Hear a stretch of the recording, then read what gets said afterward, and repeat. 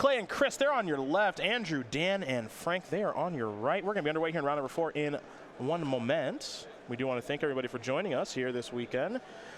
SCG Baltimore, we're in Charm City. Hashtag SCGBALT at SCG Tour all weekend long, as we're going to make our way through a bunch of rounds. Current champion here in an event. And Dr. A. Luck wants to know, if LeBron played Magic, what standard, modern, and legacy decks would he play? Wouldn't matter, because he'd win with whatever he played with. Come on. What? What decks? I don't know. He's the best player, so he'd just play the best deck in every format, sure. right? So, Teamer Energy. Yep. Grixis Death Shadow. Okay. Grixis Delver, or whatever the best Delver deck is. Yeah. Yeah. Or what he could do, like he's done his entire career, is play with like a garbage deck and win anyway, because he just plays with a lot of garbage teammates and makes them good. His teammates have been good recently. Case in point, the Cavs this season, utter garbage, winning record. We have a Deathrite Shaman. It's a Deathrite Shaman mirror of sorts. I don't think any of those decks you listed slam dunk on people. Well, what do we call a slam dunk from a deck? I don't know, a combo kill or just like some ridiculous top end. So just storm in all 3 formats or whatever? Maybe. Yeah. Just something like over the top. Just slam dunking people. Like he would definitely play the decks that were meant to be banned. Sure. For sure. You know, like decks that just should not be allowed. Delver Secrets here for Spencer off of an Underground Sea that was searched for via a Misty Rainforest. Andrew's going to untap. Let's draw a card. He's got Deathrite, couple lands in the graveyard to work with. You, of course, know that elves can go off as soon as turn 2, depending on what the draw looks like. Oh, I've been on the receiving end of that. Hey, so have I. It's not great. Here's a Quirion Ranger. This is Misty Rainforest. This is a Deathrite Shaman activating for mana. Hello, second Deathrite Shaman. And pass the turn back over to Spencer, who does have Force of Will, and it looks like a blue card in hand, so he's somewhat ready for Natural Order. He'll take a look with Delver. It's a whiff. Looks like he may have picked up a copy of Wasteland. To note, Andrew Jessup did search for a basic forest with his Misty Rainforest. He knows that, obviously, he could be playing a deck against a deck that does have Wasteland. So instead of searching for, let's say, a Bayou, searching for a basic forest, he can search for that dual land a little bit later if he'd like. Yeah, there's really no need at this point in the game to expose yourself to anything like that.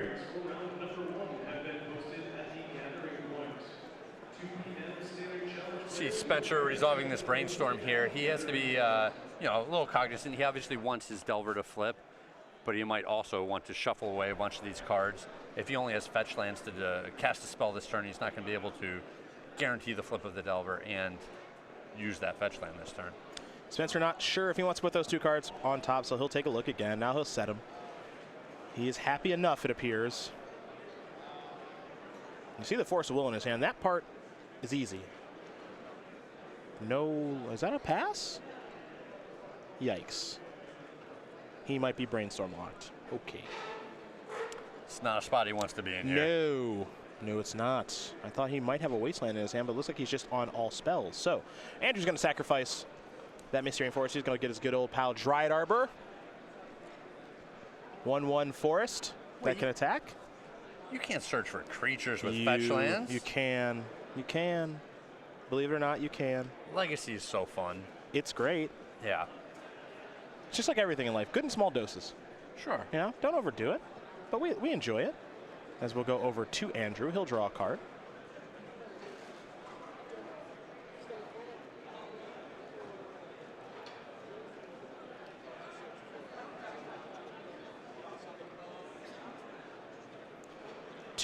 Let's use a Dryad.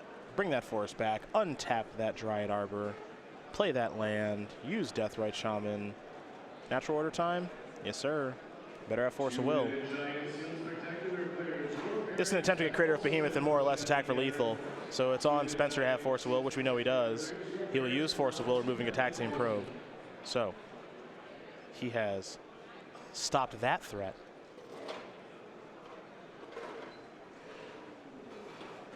See if Andrew has anything else he wants to do this turn. He does have a copy of Green Sun Zenith in hand. Looks like he might have some more 1-mana elves too. It looked like a second Natural Order, but it's hard to tell when he just shuffles his hand constantly. Well, he does have a second Natural Order, but I think we'll be saving that for next turn. Sure. Well, of course. For now, it's going to be a Quirion Ranger and attacking with confidence with Quirion Ranger and Deathrite Shaman. Get some. Absolutely. Lightning Bolt is the top card. Delver Secrets will transform into Insectile Aberration. The draw there for Spencer is Lightning Bolt, of course. He does not have a second land. We know that, or he would have played one last turn. This is so awkward for him. Even doesn't even have red mana. And he knows the next card on top of his deck, of course, because of that Brainstorm. You do see the teammates there, Spencer in Clay Spicklemire and Chris Andersen. Spicklemire in the middle, Andersen on the left. Here is Cabal Therapy. Name that card, Spencer. Name that card. What do we got? Would you name Natural Order here? Okay, well, Spencer did. Sure. But I mean, he nailed it. Yeah. There's some argument for the Green Sun Zenith there. Yeah. But, you know, most of the one-cost elves are already going to be out of his hand. Because he's already deployed the elves, it's very unlikely that he has Glimpse either. So. Yeah, yeah. Okay, so here's Wasteland. All right, so he's going to pick that up. Wasteland's going to target Dryad Arbor. Quern Ranger's going to allow Andrew to pick that up. So now he'll untap. And we're going to head back Andrew's way now. He'll draw a card. You see Andrew's brother, Danny. He's in the middle playing Grixis Death Shadow, as he oftentimes is when he plays Modern. Looks like he might be sideboarding here for game number 2. So if we have an update on that match, we'll let you know between Spicklemire and Jessup. Yeah, Danny's had a lot of success with that deck. Yes, he has. He's the best deck kind of guy. Yeah, after one of the events that he had top 8'd, he was talking to you and I, and he was like, hey, like, why would I ever stop? I'm going to keep playing this deck until they take it away from me. Pretty much. That's what he kind of does across all formats. He just always plays what is to be the perceived best deck. And Danny is currently up a game over Clay. No. What? He must have gotten lucky. Yeah. See, life total is here between Spencer and Andrew. Looks like Deathrite Shaman's going to activate. We're going to return, untap, play, and that's Green Sun Zenith. I believe the Zenith is going to be for 2.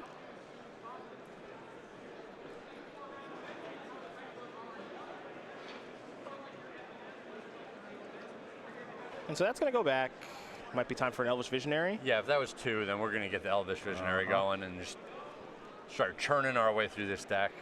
You know, with Spencer just stuck on one land, this gives Andrew Jessup so much time to just really just accumulate tons of card advantage here.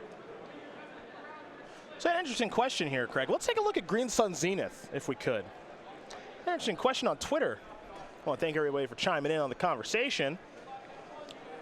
We take a look at Green Sun Zenith. Search your library for a green creature card with converter mana cost X or less. Put it in your battlefield.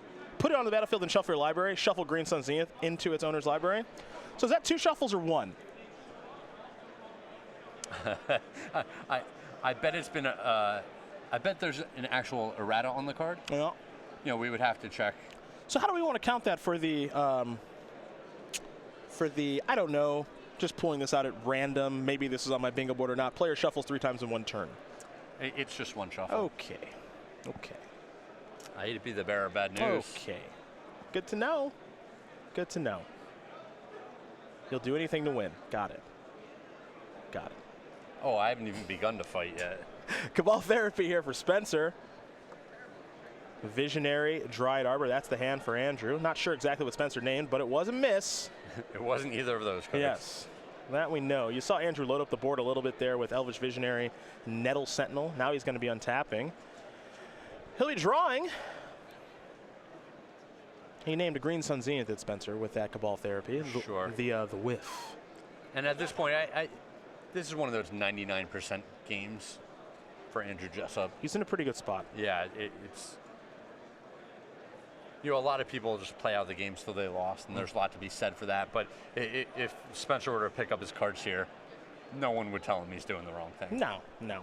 You know, maybe Spencer's got something good hiding in his hand. Maybe he needs a second land for something relevant.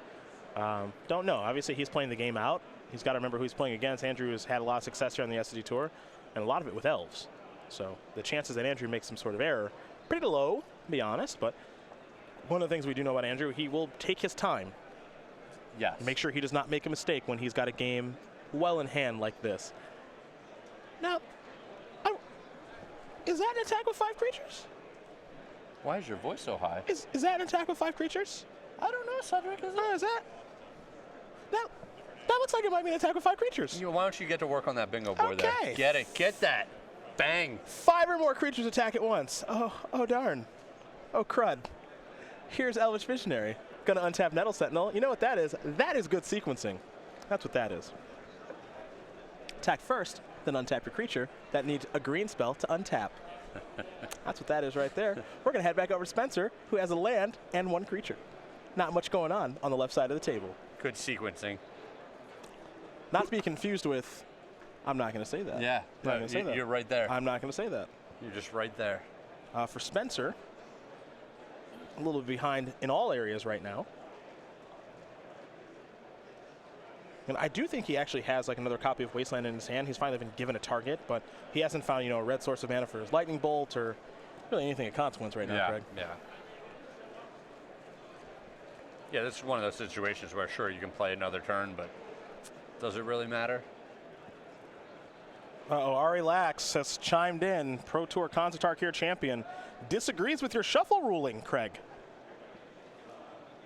On Green Sun Zenith, he is not particularly fond. So he's saying that when he resolves the Green Sun Zenith, he shuffles his library with the Zenith still there, and then shuffles the Green Sun Zenith into the deck. Oh boy, oh boy. That's what he's saying? Andrew Jessup does win game number 1 here over Spencer. We're going to get to the sideboards in a minute, but now we've also had judges chime in. According to the rulings for Green Sun Zenith, effects that care about shuffling will see 2 shuffles, even if players shortcuts and shuffles only once. Look, you're a winner here.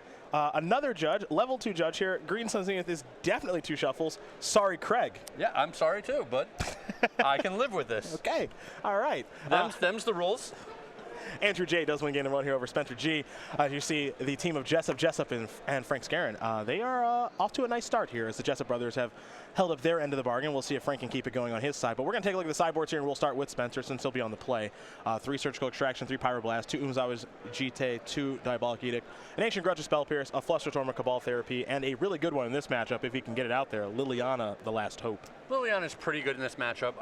The real payoff cards here are the Umezawa's Jitis. Yes. He wants to get those into play, get some counters on him, and the game will just be over real fast. Depending on how bad he thinks some of his main deck cards are, he might want to bring in a little bit, like the Diabolic Edicts. They're not very good in this matchup, but they might still just be better than some of the other cards he's working with. Cards like Cabal Therapy are not great against the Elves deck. Yeah, they're good on turn 1, and then they get real bad after that. Let's take a look at Andrew, who's got 3 Thoughtseize, 3 Surgical Extraction, 3 Abrupt Decay, 2 Cabal Therapy, 2 Shaper Sanctuary, that's a new one, a Scavenging Ooze, and a Reclamation Sage. How are we feeling about these options? What is Shaper Sanctuary? So that's single green. It's an enchantment. When you're targeted, yeah. Yeah. New card. Yeah, new card. Okay. Man. Could be good in this matchup. Potentially. Yeah, I can see these Thoughtseizes coming in, just clearing the way for him to resolve some of his cards. I see the Scavenging Ooze being fine. But really, I think Jessup's pretty well set up in this type of matchup to deal with his opponent with what's in his main deck. I think he's actually pretty comfortable in the matchup, too. You have to imagine that Andrew has played this matchup plenty. Oh, yeah. Given his legacy experience, and he actually made that particular game look pretty easy. Nothing crazy going on with Natural Order Glimpse. Just attacking, building an advantage. Obviously, Spencer did have some mana issues, so we'll see if Spencer can draw more than one colored source of mana this go around. StarCityGames.com newsletter is what we're going to talk about, as Chris Andersen did win game number 1 of his match over Frank Skarren. It's your source for Magic the Gathering news. It's got highlights of some of our best articles, upcoming SCG Tour dates and locations. We've got SCG IQs and game nights near you. We also got the exclusive Cardboard Crack comic. Unfortunately, it is really expensive to sign up for. Sure, yeah. So that's kind of the hurdle that most people have. Barrier to entry. Yeah, because it's really expensive and that it's free. It costs you 1 email address. Yes. So go to StarCityGames.com/newsletter for more information. Sign up today. You sit on the internet all day anyway. You might as well get some awesome Magic the Gathering news while you're there. As we get ready here for game number 2 between Andrew Jessup and Spencer Garnier. Andrew Jessup is a very good Magic player. He's a young one, too, from the New York area. 21 years old, is the member of Team MetaGameGurus.com with 10 open top 8s, 2 Ws. His brother Danny also plays Magic, but Andrew is the self-proclaimed best player in the house. I'm sure that doesn't lead to any tension. No. Probably totally fine. Played basketball as a competitive outlet until injury turned to Magic. He's a big hip-hop fan and a pretty good drummer, too. Also really darn good at playing Elves in Legacy and Death Shadow in Modern. Is Andrew Jessup. He's going to be one of the good ones, man. Like 3 years from now, when he's cleaning up more SCG Tour events and probably top 16 or top 8 Pro Tours, Yeah. He's knocking on the door right now. I just hope he remembers, the little people along the way, like us in the booth commentating on his Sure, matches. yeah. Just don't forget about us. We sacrifice so much for him. That's right.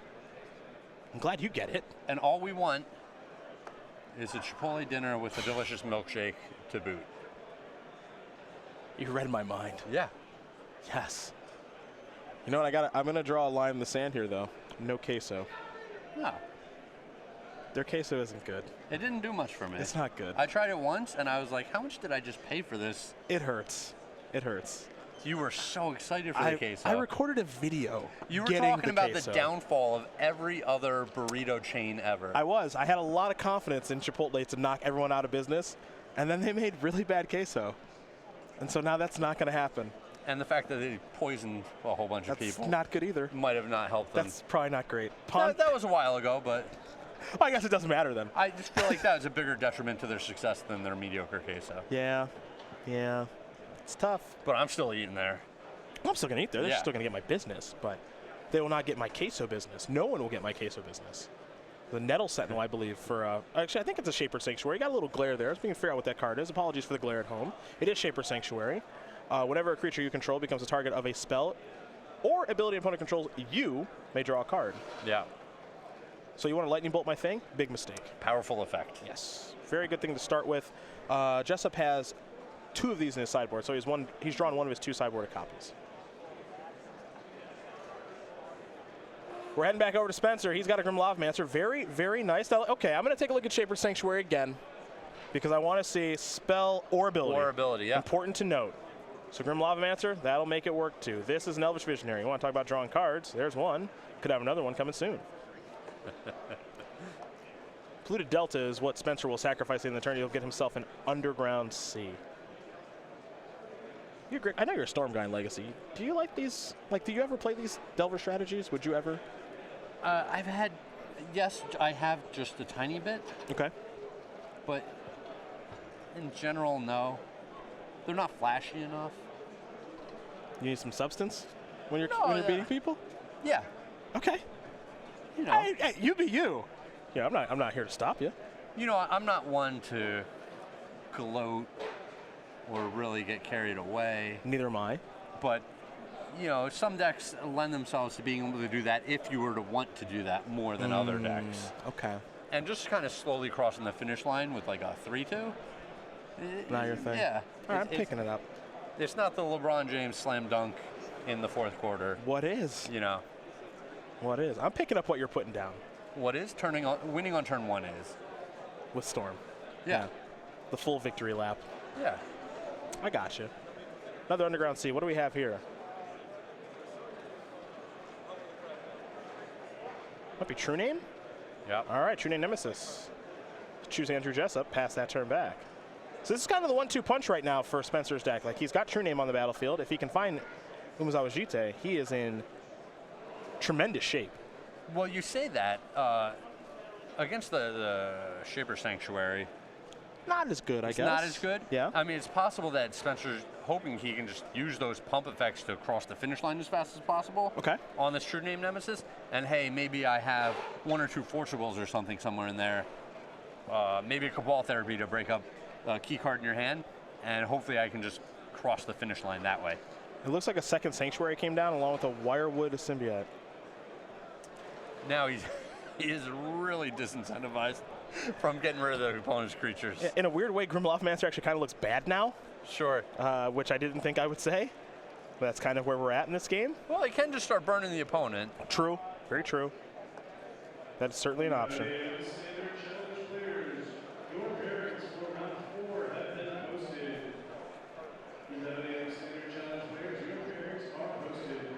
Yeah, with the second one on the board, I think Spencer's plan has got to just be get this Jitty on, my True Name Nemesis, and I'm just focused on killing you. Your life total is priority number 1. Well, there's the equipment. He'll pay the equip costs. We have seen this before. I think about the first time True Name Nemesis was around back at SCG Dallas a couple of years ago. Ty Thomason made this look very easy. Put a Jite on a True Name Nemesis or a Batterskull, attack you. You will die eventually. I promise you will die eventually.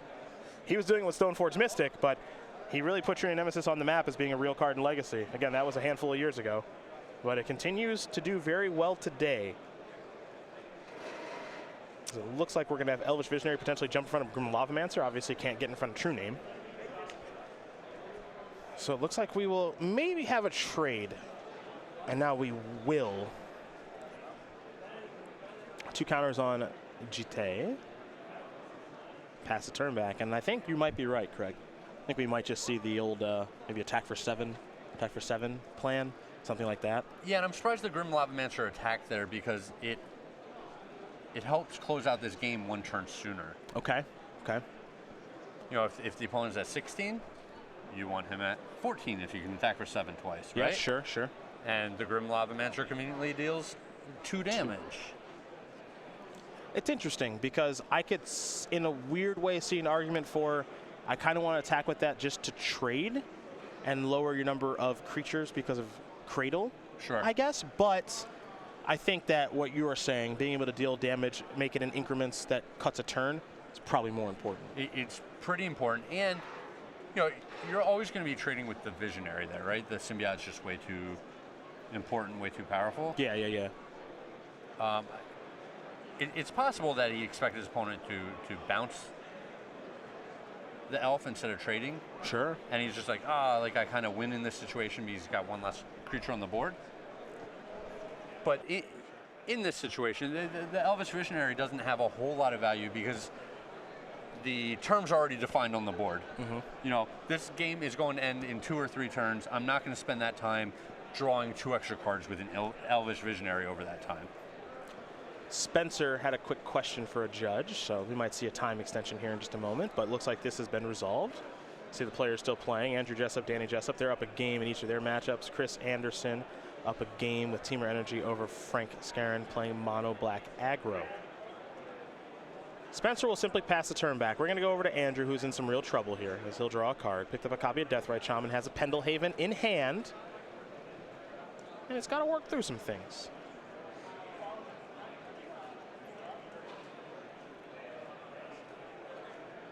Visionary's going to come down. That'll draw a card.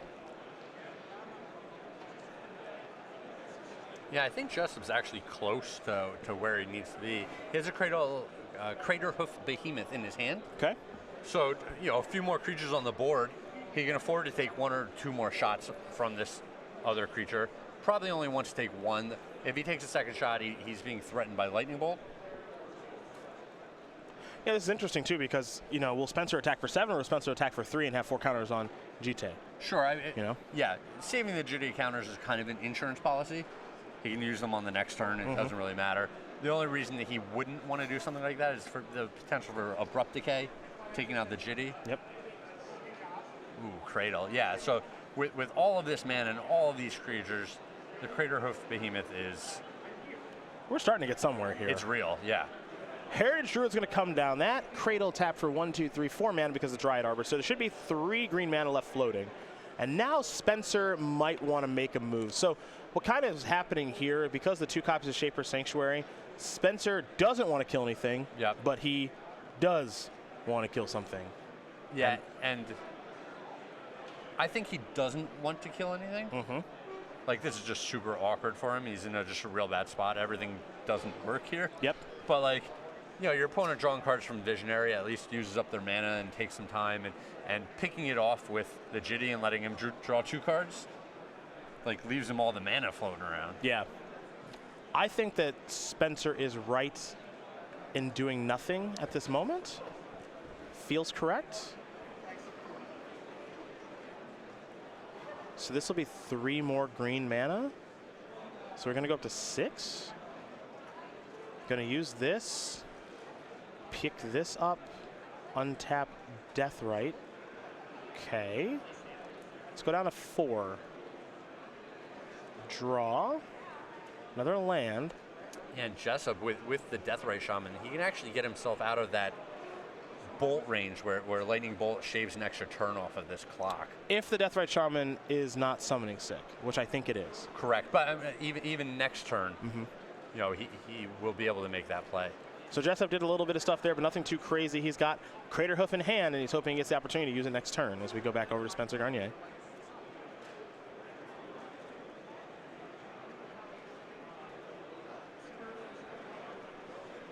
Spencer with a lot of cards in hand. His turns have been pretty simple, honestly. Did a little bit of cantripping in the beginning, played a Grim Lavamancer, played a Tree Nemesis, played Umazawa's GT and equipped it. That's it. But that's been good to start.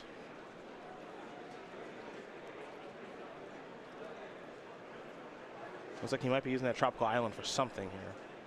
He'll just pay 2 life and use Gitaxian Probe. 2 Windswept Heaths and the Crater of Behemoth, which he was probably assuming was there.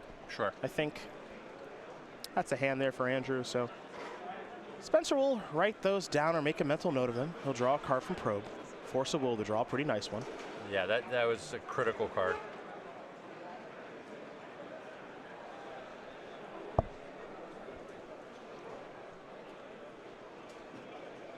Spencer trying to figure out how he wants to use the charge counters on GT, as we have a quick update here that the old Modern match there between Danny Jessup and Clay Spicklemire getting ready for game number 3. A little Death Shadow Mirror for Clay. He's got 5 colors. For Danny, he's just got 3. But they'll play a 3rd game here in just a moment. Yeah, those games can be a slugfest. It can be.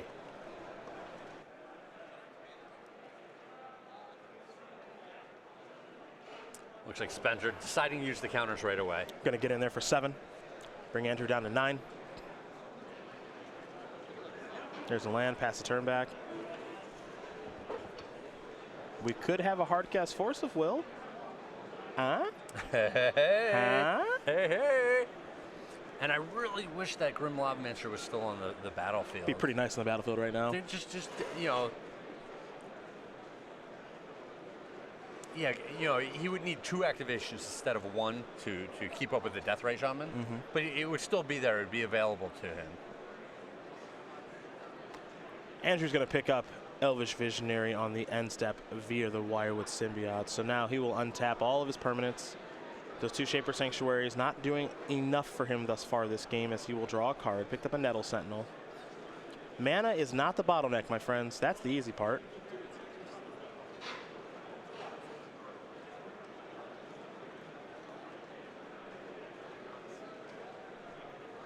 Nettle Sentinel will come down. Obviously great in combination with Heritage Druid. That's why it's lined up there. The follow-up is Elvish Visionary. Trigger, draw a card, yes.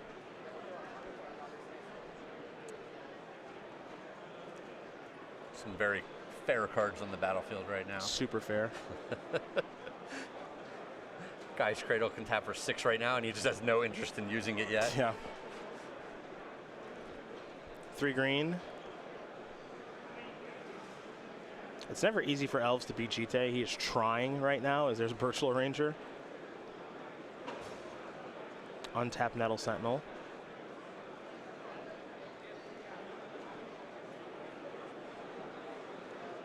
Up to 3. 2, 4, 5, 6, 7. So up to 9. Let's make it 10 actually. Yeah, 10. Play a land. All right, hoof, there it is. Untap Nettle Sentinel. Is this anything? There's 2 in the pool. Yep. You can't spell Pierce my creature. That's true. Spencer is going to sacrifice a land. Might be searching for land number 5. What's 5 mana and blue and counter spell, Craig? Does it create 3 clues? Does not. Okay. It's not desertion either. It's a hard cast Force of Will. Ring-a-ding-ding. Ring-a-ding-ding. That goes on Ced's bingo board. Team Cedric just got ink all over himself. You literally just stamped Just your own hand. stamped my own hand. Just big dumb animal, isn't he, folks? Even when you win, you lose. Yep. Literally the story of my life. That's great. Well, That's good. I don't even have to try over here. No, you don't. No. I'm just an unwieldy idiot. That's all I am. Deathrite Shaman, maybe looking for a little mana. So how's that dexterity working out for you I there? don't want to talk about that. Maybe can we work on that at the gym? Is that anything? Hey, Wirewood going to be activated. Andrew might do a little bit of attacking here. You see he's got an Elvish Visionary in his hand, so he's going to play this again, draw another card. Looks like he's going to be out of mana floating. Untap the Nettle Sentinel. Draw a card. He's done a nice job of flooding the board. And now, oh yeah, in for 1. Yes, sir. Kapow. Yes, sir. Asserting himself over the competition. To Spencer, we will go.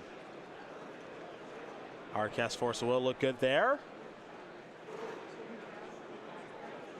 Looks like he may have a Gurmag Angler in hand.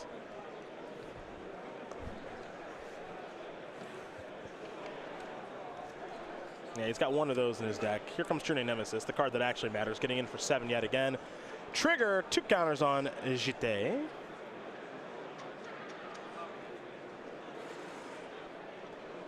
Any big follow-ups here for our Grixis Delver players? Spicklemire and Jessup begin game number 3, and Andersen and Skarren still battling it out in game number 2.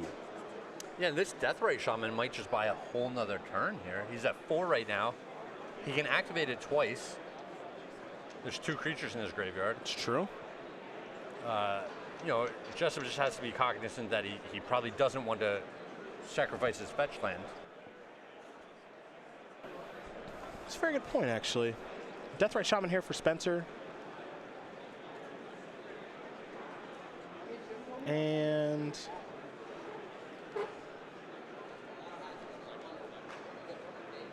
looks like he might have a moving of the equipment. Sure. Disincentivize his opponent from attacking. He's actually going to go to Young Pyromancer, and now he'll move the equipment over to Young Pyromancer. And that will hold the legendary equipment from Betrayers of Kamigawa. And it looks like Wirewood Symbiote's going to return Elvish Visionary. You saw the 2 elves tap for a black or green mana. Looks like it's a green mana via Birchlore Rangers. So now Jessup's going to remove a creature from his graveyard, go up to 6. This is exactly what we talked about, where he can go from 6 to 8, and that might buy him an extra turn. Very, very important. Obviously some tight play on the side of Andrew Jessup, who is on the hunt for something like a Crater of Behemoth or a Natural Order. He'll draw a card. Yeah, I think he could even Green Sun Zenith for a Crater of Behemoth at this point. Might be able to.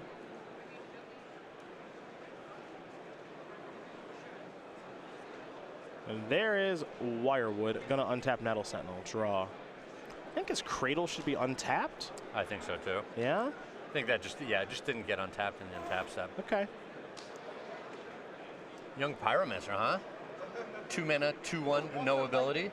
Right where you want to be in Legacy. Yeah, right now. He'll return Elvish Visionary.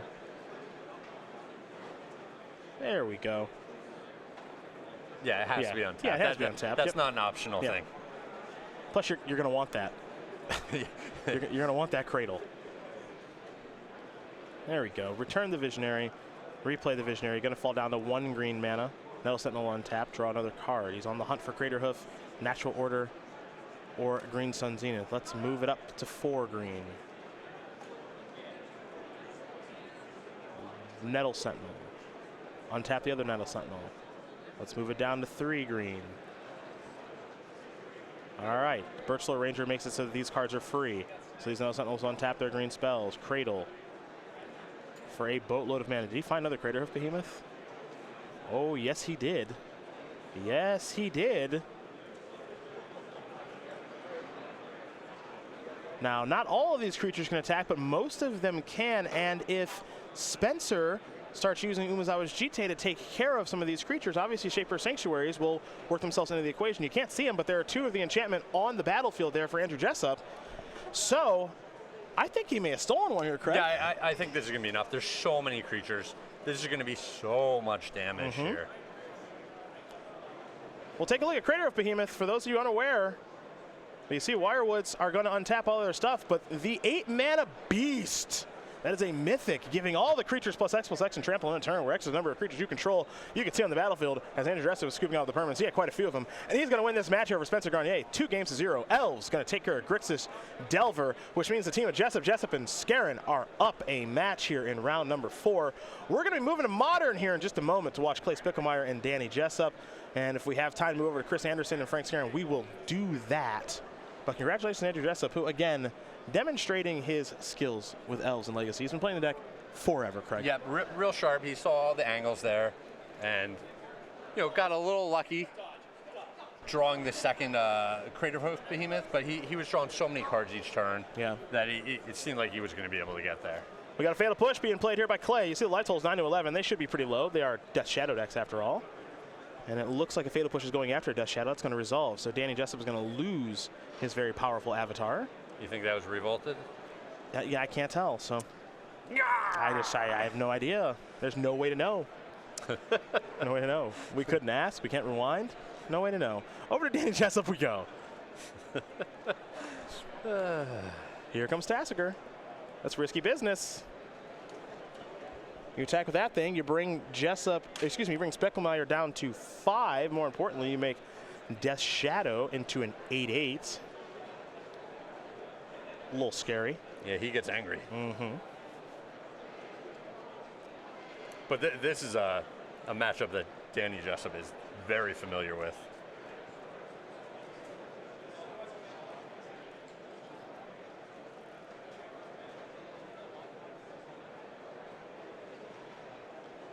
So we'll see if Clay has any interest in doing anything here. Wow, we're going to see a chump block. Well, he has that fetch line. He can grow to 6. It can go down to 6. 13 minus 6, 7, 7. Okay. Push. Yeah. You don't want to push yet. Yeah, you want to make him pay the life. Yeah.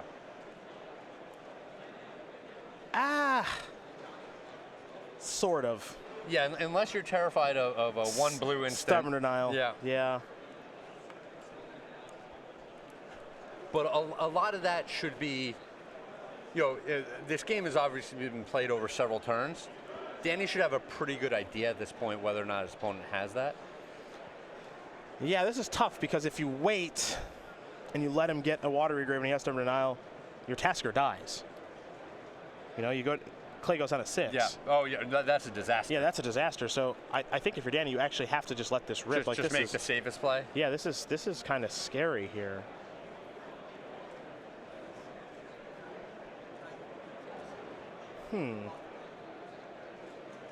Let's see what this is. Okay, it's Dismember. Oh. Okay.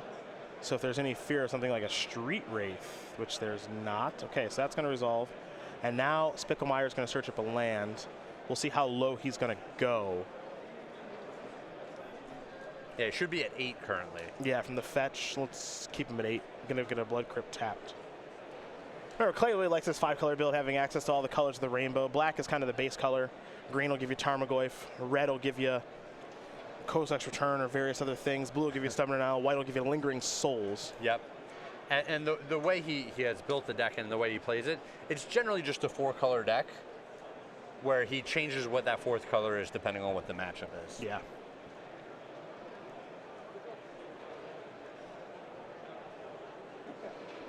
To Clay.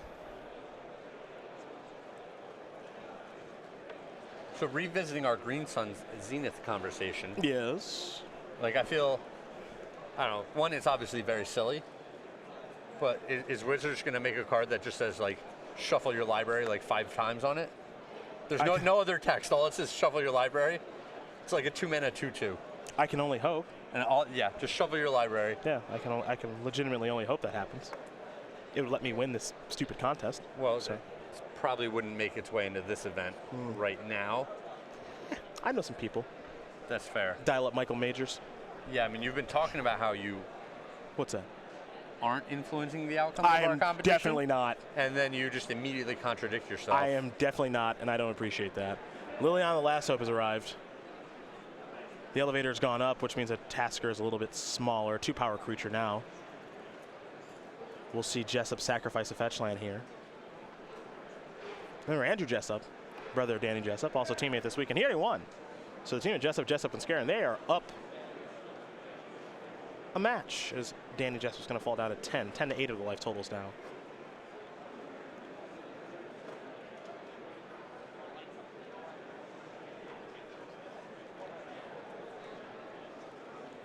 We will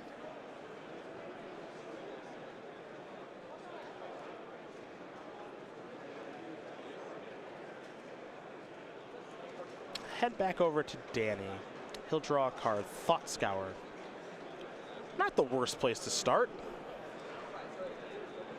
No, it's a little awkward when you have Tassiger and you just fill up your graveyard with a bunch of meaningless spells, but what are you going to do, not cast it? Yeah. Doesn't have a reason to target Clay with it either, I don't think. He's going to get a basic island, will Danny. Is that a Guru land? That looks like it's in Arabian Nights Mountain. Oh. I think it's what that is. Okay, I can understand the confusion. So I guess we both get a stamp because it's a Guru basic land, Arabian Nights Mountain. Do we both get a stamp? Done. Okay. I stamp my hand again. Yeah. Here's Thought Scour. He's going to target himself. Uh-oh. The Jessup brothers are arguing. Yes. It looks like he targeted Tassiger with it. Yeah. Nile Spellbomb, Death Shadow going to go to the graveyard. He's like, yeah, I know I have Tassiger in play. Yeah. I'm still targeting myself. Snapcaster Mage was the draw. That's a good one. That is always a good one. See if he wants to go towards a Liliana or Clay's life total. Man, I really want to kill you, but I really want to get this card off the board. Yeah, it does a decent enough job of clocking Liliana. It takes a little while, though.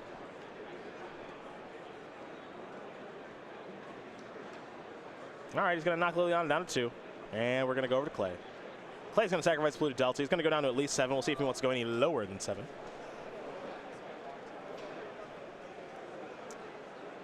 Man, we watched a lot of this year. What's that? Specifically, Death Shadow and players really trying to kill themselves as fast as possible while not trying to just lose the game because they killed themselves. Yeah, yeah. It's great. One of my favorite decks to watch.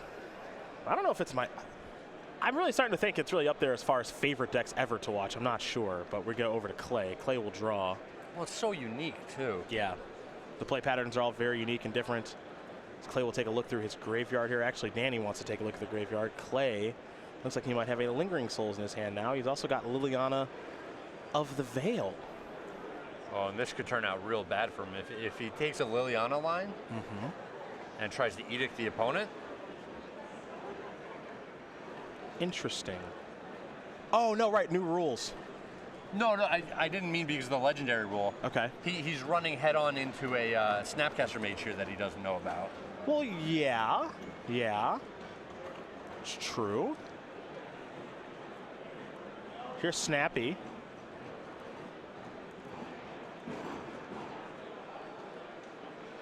This is probably just going to target Opt here.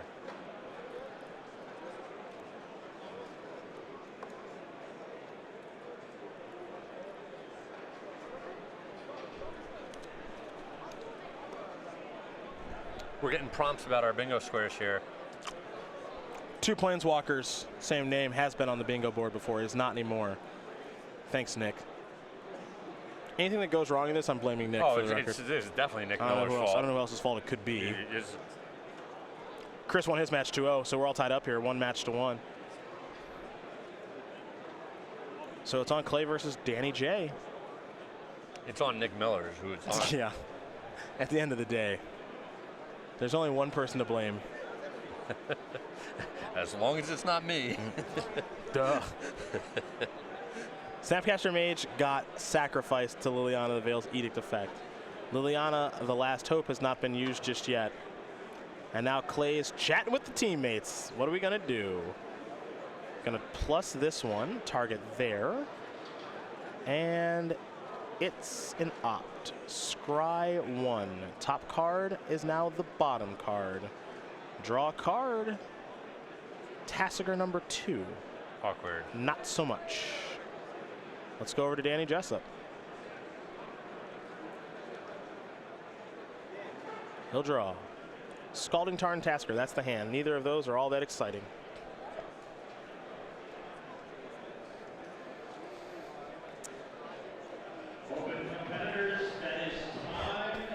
Tasker activation, Fatal Push, Gurmag Angler, and a big old graveyard for Clay Spicklemire to decide from.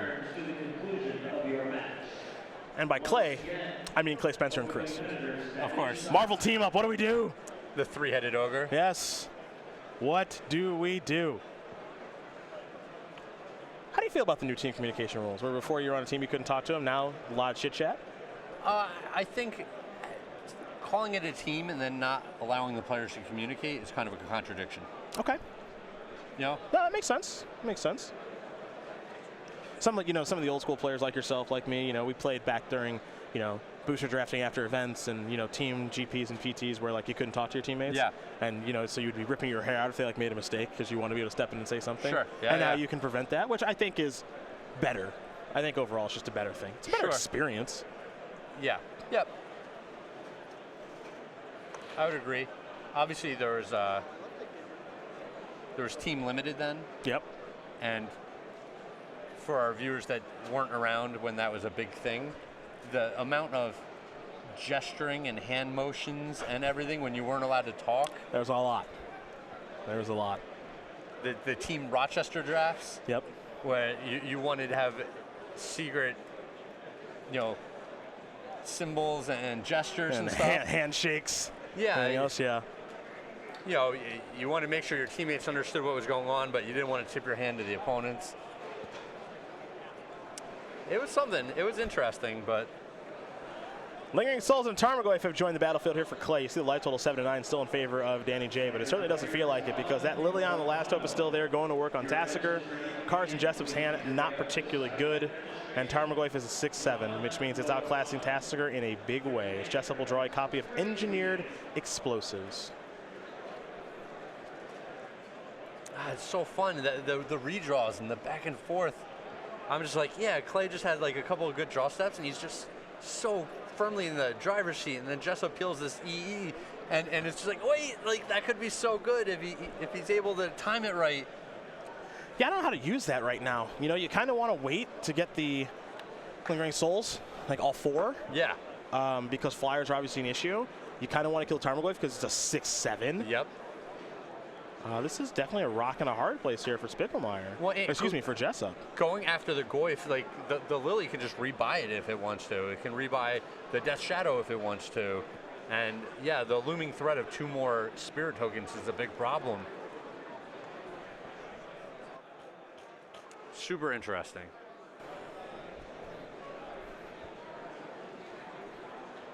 You know, Jessup can try, you know, attacking into that Goyf if he wants to. No, I forgot his creature's smaller from the Lily. Excuse me. Yeah, I'm thinking he's going to make a tricky play where he delves away a card to shrink the Goyf. Yeah, he'd have to do something. It'd have to get really tricky. But he doesn't have a 4-power Tassiger to start. All right, squad up. Little Bro and Frank trying to help Danny. This is EE for 3. They've decided the Liliana is the one that, you know, they have to take care of here. All right. Now we'll go back over to Clay. They'll squad up. Spencer, Clay, and Chris going to sweat a draw step. Didn't get a great look at it. May have been a Street Wraith. Yeah, it looked like a spell. Tarmogoyf's going to come. Maybe not. We're going to leave one back. Yeah. Tarmogoyf right now, 6-7. You can see the Tarmogoyf die on the screen. We're not going to leave one back. No? What are we doing?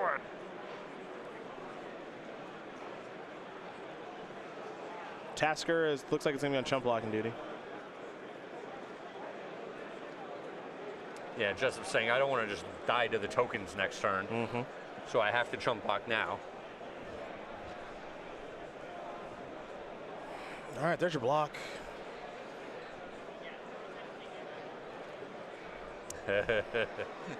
Street Wraith. That's why it's in the deck. Hardcast Street Wraith on no one's bingo board this week, folks. Yep. Screwed again. Screwed again. Tasker for 1 mana. Can't block a Swamp Walker.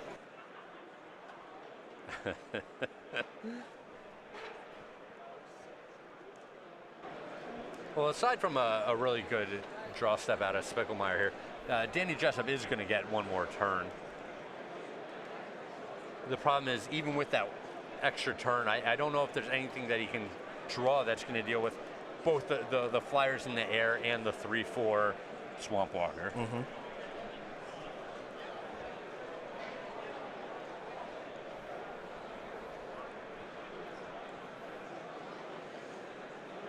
All right. We are going to go back over to Clay, who is very quickly playing an Inquisition of Kozilek. He wants to see if the coast is clear. Thoughtseize and 2 Scalding Tarns is the hand here for Danny Jessup, so that takes care of that. Everybody's going to come into the red zone. Clay is moving very quickly now because he knows he's in a great spot. Tasker's got to block Tarmogoyf. Street Wraith and 2 Spirit Tokens are going to come across. We'll get a Tasker activation, which means Danny will probably just get back a Thoughtseize. Yep, so you can have that. Down goes Tasker. We're going to recast Lingering Souls. Looks like no. Let's go to Jessup, and that is going to do it. Clay Spicklemire is going to win this match here over Danny Jessup.